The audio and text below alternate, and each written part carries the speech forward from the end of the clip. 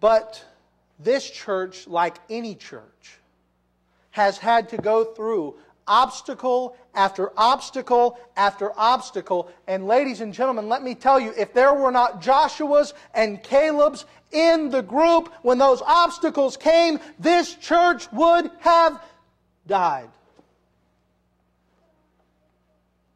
One of those men was a man by the name of Roy Secord. In 1958, Roy Secord had a dream. Secord was a member of the Central Christian Church on 9th Street, and he was also a chairman of the New Church Committee of the Greater Jacksonville Christian Church Fellowship. There was no Christian church from that particular group in the North Jacksonville area. And Mr. Secord felt very strong that there ought to be a representation of the Christian church in that area. He studied the demographics for hours. He came to the conclusion that that area needed a body of believers, like-minded. So he commissioned and he put forward the idea that a church would be built. I can imagine the meetings that Roy went to. I never met the man, but I can imagine he had people like the 10. And when I'm going to use that phrase a few times. When I say the 10, I'm going back to the story. Remember, there was 10 negatives and 2 positives, Joshua and Caleb. I bet you Mr. Secord ran into the 10 a lot. I bet you every time he turned around, he had grouped people from the 10 who were telling him why it couldn't be done, who were telling him why it shouldn't be done, why it didn't need to be done. But it was men like Roy Secord who started this church and why we're here today. But he was just the first who came with the spirit of Joshua and Caleb.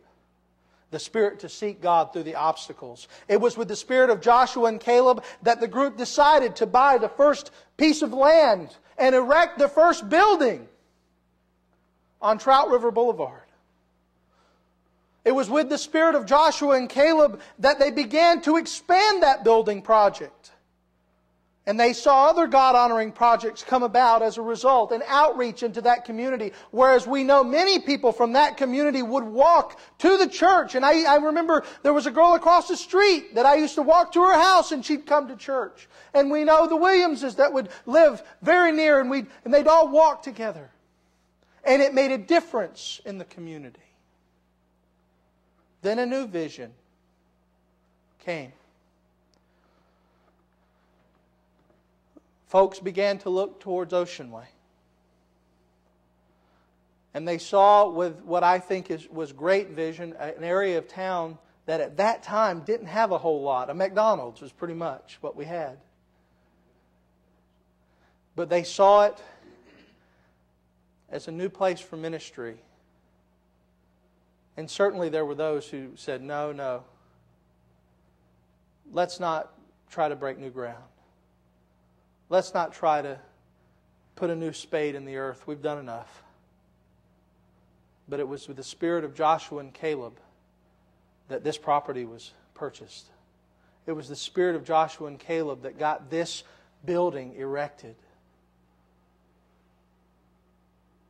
And it was the spirit of Joshua and Caleb that later we would even become an independent church, totally autonomous, not connected to a denomination, because we felt like the Word of God was more important than denominational affiliation, and we were going to stand on truth. It took Joshua and Caleb to do that. Men and women who went against the negatives, went against the naysayers, and took a step forward in faith.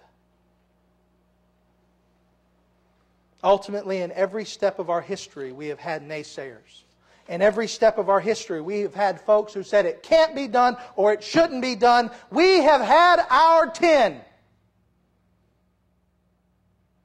But thank God we have also had our Joshuas and our Calebs.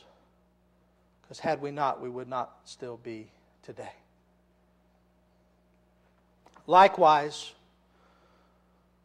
number 2, the second thing I want to point out is that not only did we have our Joshua and Calebs in the past, it will take people like Joshua and Caleb It will be people like Joshua and Caleb who will take the responsibility of taking our church forward in the future.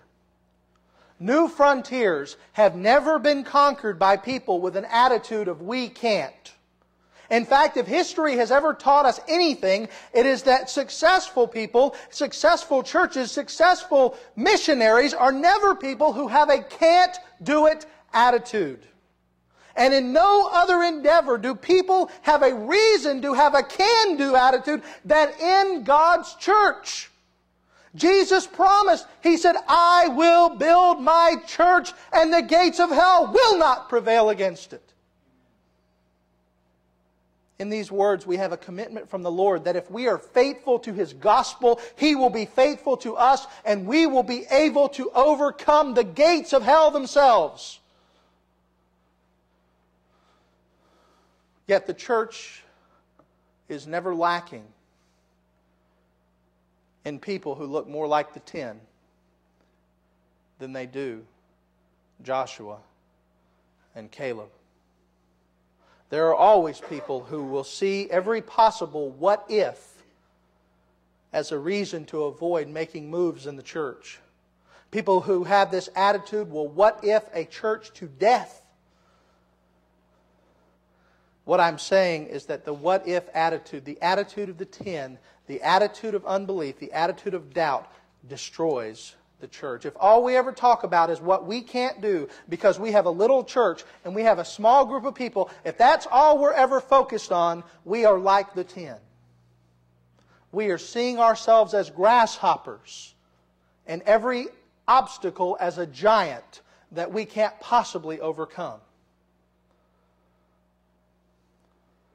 John F. Kennedy used to tell a story.